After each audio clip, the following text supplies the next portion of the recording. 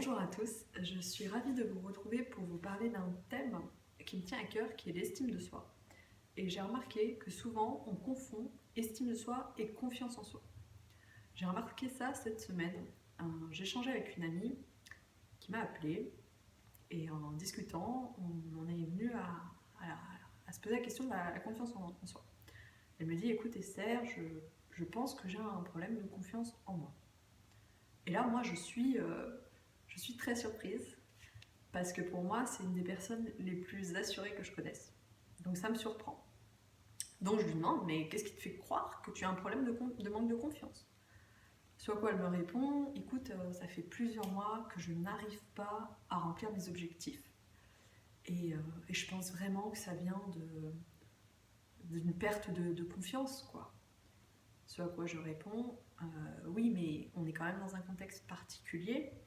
On est en plein milieu d'une crise sanitaire mondiale, forcément que ça a un impact sur tes objectifs.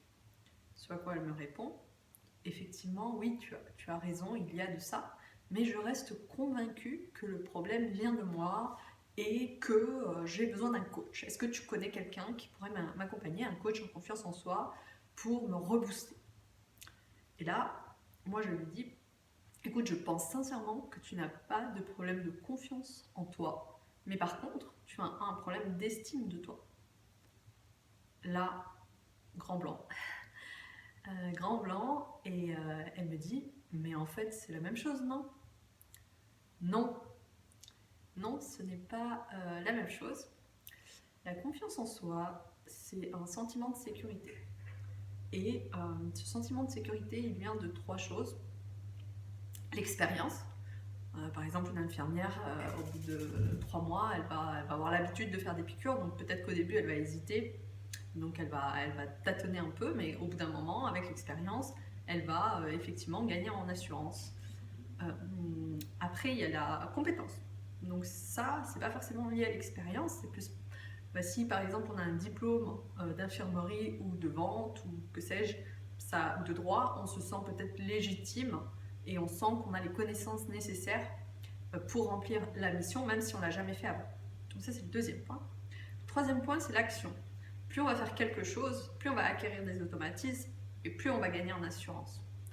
Donc, dans le cas de mon amie Laurie, elle a les trois, dans le sens où ça fait 5 ans qu'elle travaille dans son entreprise. Ses clients l'apprécient, c'est la deuxième fois en 5 ans qu'elle n'atteint pas ses objectifs, et en plus elle met tout en place pour les atteindre, dans le sens où elle va même appeler ce client dont elle sait pertinemment qu'il ne passera pas commande ce mois-ci, juste pour atteindre les objectifs en termes d'appel. Donc elle a tout, elle a l'expérience, la compétence, l'action. Donc son problème, c'est pas tant un problème de confiance en elle, par contre c'est un problème d'estime. Et l'estime de soi, donc j'en viens à ce second point, c'est quelque chose qui est différent. Et c'est pas un sentiment de sécurité, c'est quelle valeur vous vous donnez, quel prix vous vous donneriez, entre guillemets. Parce que quand je pose cette question, bien évidemment, on s'aperçoit tout de suite que c'est stupide, qu'on n'a pas de prix en fait. L'être humain n'est pas une marchandise et n'a pas de prix. Du coup, on en vient au fait que l'estime de soi, elle n'est pas liée à des accomplissements, elle n'est pas liée à des réalisations, elle n'est pas liée à des possessions, elle n'est pas liée à tout ça. Elle est liée au fait de vivre tout simplement. Le fait d'être sur Terre et d'être un humain vous donne une valeur inestimable et inconditionnelle. Et ça, pour le conscientiser au niveau du corps et au niveau de la tête, ça demande de l'introspection. Ça demande de l'introspection, du travail sur soi, et ça se fait pas en mode une séance de coaching. Non, c'est un travail sur la durée.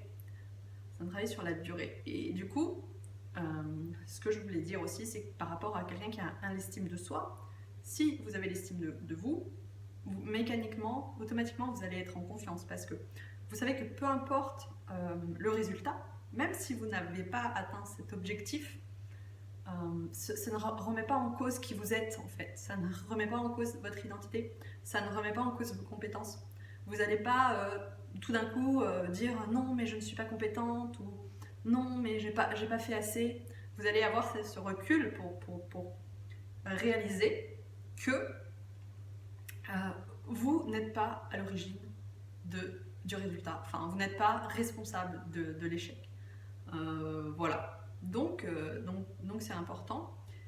Et deuxième point, c'est que quelqu'un qui a un excès de confiance peut manquer cruellement d'estime de soi. Ça va pas ensemble en fait. Autant l'estime de soi entraîne la confiance, autant la confiance n'entraîne pas l'estime de soi. Donc au contraire même, quelqu'un qui a l'air très assuré peut cacher en fait un manque d'estime à travers cet excès de confiance. Donc voilà ce que je voulais te dire parce que c'est important pour moi, à mes yeux en tout cas, d'identifier le bon symptôme. Parce que si on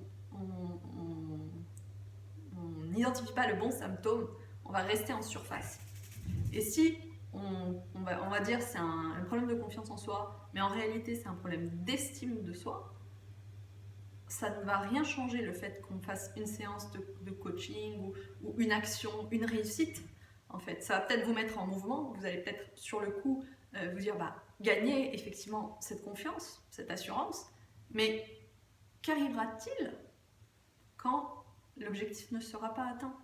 Que va-t-il se passer à ce moment-là? Est-ce que vous aurez cette force intérieure pour vous dire ce n'est pas de ma faute? Ça ne remet pas en cause qui je suis. Ça ne remet pas en cause qui je suis. Donc voilà. Alors, identifier le bon symptôme pour traiter le bon problème. Donc c'est important. Je vous remercie. J'espère que cette vidéo vous a été utile et que les deux notions sont maintenant claires.